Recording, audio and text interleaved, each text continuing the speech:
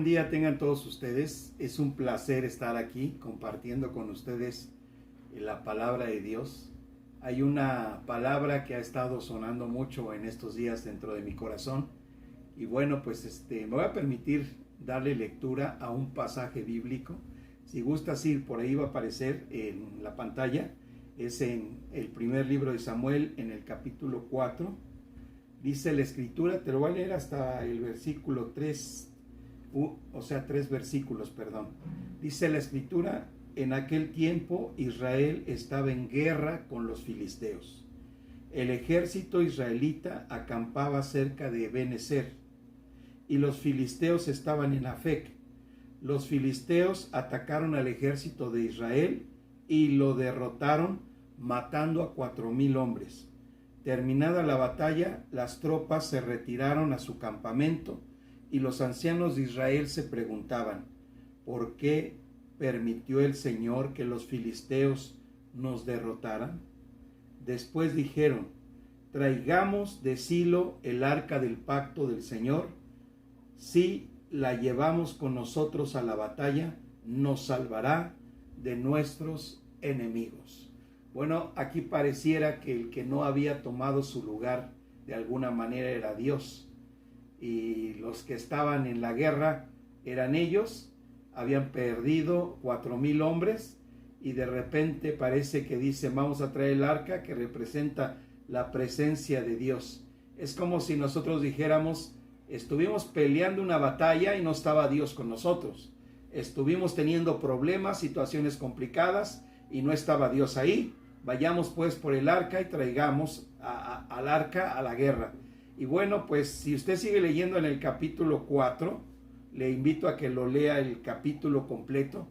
Dice que el arca había sido llevada y a Elí, que era el juez en ese tiempo, que era tiempo de los jueces, antes que vinieran los reyes de Israel, dice que estaba preocupado. Elí estaba preocupado, dice a partir del versículo 12, que él estaba pensando y pensando como sacerdote en el arca que les había dejado llevar y qué había pasado con el arca. Estaba preocupado por el arca, como si presintiera de alguna manera que algo iba a suceder. Y bueno, pues si leemos más adelante, en el versículo 18 dice, cuando el mensajero, que regresó el mensajero de la guerra a Elí, después de que se llevaron el arca y otra vez entraron en combate, dice aquí, cuando el mensajero mencionó lo que le había sucedido al arca de Dios, o sea que los filisteos la habían tomado y se la habían llevado y habían vencido otra vez a Israel, dice Elí el sacerdote cayó de espaldas de su asiento junto a la puerta, se quebró la nuca y murió, porque era viejo y demasiado gordo. Durante 40 años había sido el juez de Israel. Bueno, aquí llama mucho la atención el por qué el escritor pone, además de viejo, era gordo, y eso nos puede decir que era una persona que había descuidado su alimento, que había descuidado su persona, porque mencionar eso es algo verdaderamente de pensarlo, pero bueno, regresando aquí a la situación que se vive, parece que ellos dicen, vamos a traer el arca que representa a Dios, y algo sucede. Cuando nosotros pensamos que Dios puede ser representado en un objeto y lo traemos de una forma como un amuleto o como algo que nos va a dar suerte o bendición. Les voy a poner un ejemplo, es como si la gente dijera, me voy a acostar poniendo la Biblia bajo la almohada y eso me va a dar bendición. Eso no va a suceder. Dios no está contigo solamente como un amuleto que te vaya bien o que pienses como ellos pensaron. No pensaron, en qué habían hecho, en qué estaban mal, sino más bien en traer solo el arca y que el arca les diera la suerte, si así podríamos llamarlo, de ganar una guerra, y no fue así. Al contrario, el arca fue llevada por los filisteos de alguna manera sorprendente. Los filisteos se llevan el arca cautiva. Entonces aquí es una situación muy complicada. Yo quisiera leerte en este momento el último versículo de Jueces, que habla acerca de los jueces de Israel. Dice el último versículo: en estos días de los jueces, Israel no tenía rey. Cada uno hacía lo que le parecía correcto. Lo que le parecía correcto según su propio criterio. Entonces, tener nuestro propio criterio en cuanto a Dios o en cuanto a que Él tiene la obligación de salvarme, de ayudarme, de librarme, o de pensar que algo porque representa a Dios, aunque mi corazón esté lejos de Él, me va a ayudar, es un error. Ellos pensaron, vamos a llevar el arca y automáticamente vamos a tener la victoria. Y no fue así. Y bueno, quiero mencionar que después de esto, las escrituras nos mencionan cómo los filisteos tuvieron que regresar el arca, porque el arca no era para ellos. Ese es otro tema que quisiera hablar después. El arca realmente, el pacto con Dios era con el pueblo de Israel, así que finalmente ellos van a recuperar el arca. Pero en el capítulo 8 de Samuel, el pueblo parece no entender y dice que quiere un rey, que quiere ser gobernado por un rey. Samuel, que en ese momento es el juez después de Elí, es un juez importante, pues se siente triste cuando ellos deciden pedir un rey y le dice Dios: no te han desechado a ti, Samuel, sino me desechan a mí. ¿Por qué? Porque antes era lo que llamaríamos una teocracia, un gobierno divino, un gobierno de Dios, pero ahora ellos quieren una democracia. Y bueno, vamos a ver cuál es el resultado. Es que después del capítulo 8 en 1 Samuel viene el rey Saúl, el cual es un rey que comienza bien, empieza bien, es un hombre lleno del Espíritu Santo, pero finalmente va a terminar mal y va a terminar de una forma pues muy tremenda. Va a perder la vida con uno de sus hijos y entonces va a perder el trono también. Pero bueno, antes de eso dice en el capítulo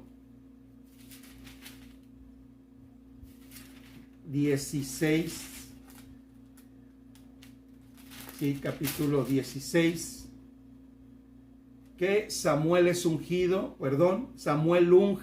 unge a David como rey, porque Saúl había sido desechado, porque Saúl no había hecho las cosas conforme al corazón de Dios, y Dios va a levantar a un joven llamado David.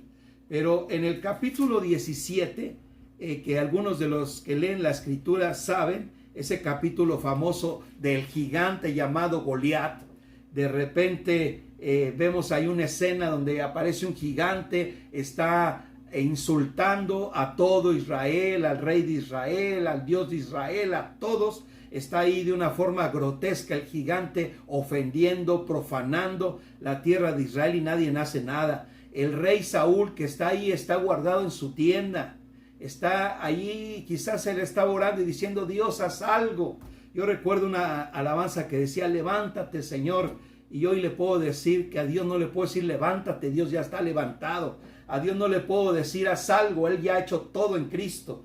A Dios no le puedo decir Señor hasta cuándo, porque Él ya me puede decir yo hice todo perfecto para que tú tengas la victoria. Pero bueno, el único que puede entender quién es Dios es David, porque en el capítulo 17, aunque el rey quisiera que Dios tomara su lugar, Dios podía contestarle al rey: el que no está tomando su lugar de rey eres tú, Saúl. Así que Dios ha levantado a otro en su lugar, y el rey o el joven llamado David, aquí dice en el capítulo 17 que él supo tomar su lugar. Tomó una roca del río, 5 rocas, del río, las guardó en su alforja y fue directamente a enfrentar al gigante, diciendo: ¿quién es este gigante incircunciso que está retando al pueblo de Dios? ¿Quién es este que está ofendiéndonos y que está ofendiendo al Dios verdadero? Entonces David toma su lugar. Y aquí vemos algo muy importante. Nosotros en momentos de crisis, de pandemia, de problemas,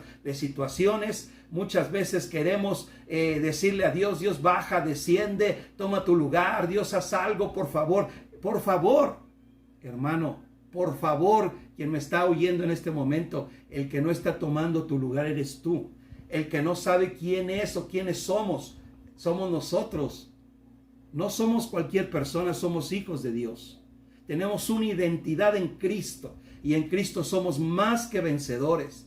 Así que ¿cómo te vas a portar? ¿Cobarde como Saúl, que pensaba, Dios, ven a ayudarme, baja, desciende, fulmina a Goliat por medio de un rayo que caiga? No sé cuántas cosas podía haber estado diciendo Saúl, pero no salía a enfrentar al gigante.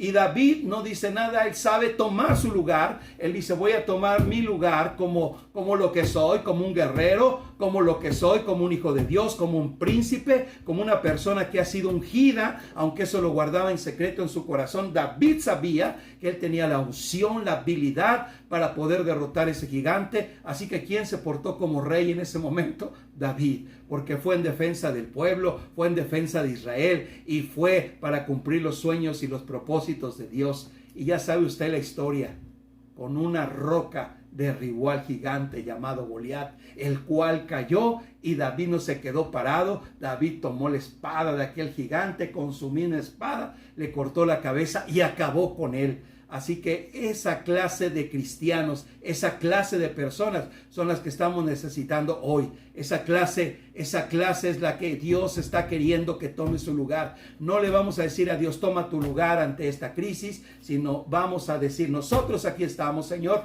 heme aquí, envíame a mí, aquí estoy para servirte, estoy para predicar, estoy para derribar gigantes. Que Dios te bendiga, la paz de Dios contigo.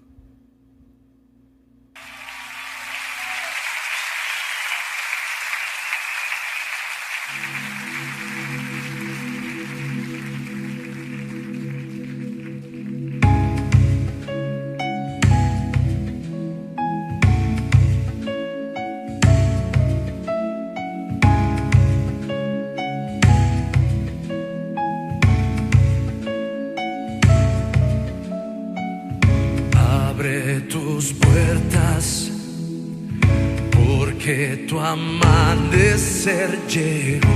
Tu sol hoy brilla, tu luz nunca se apagará.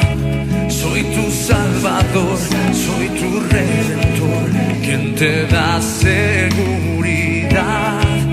Eres fuerte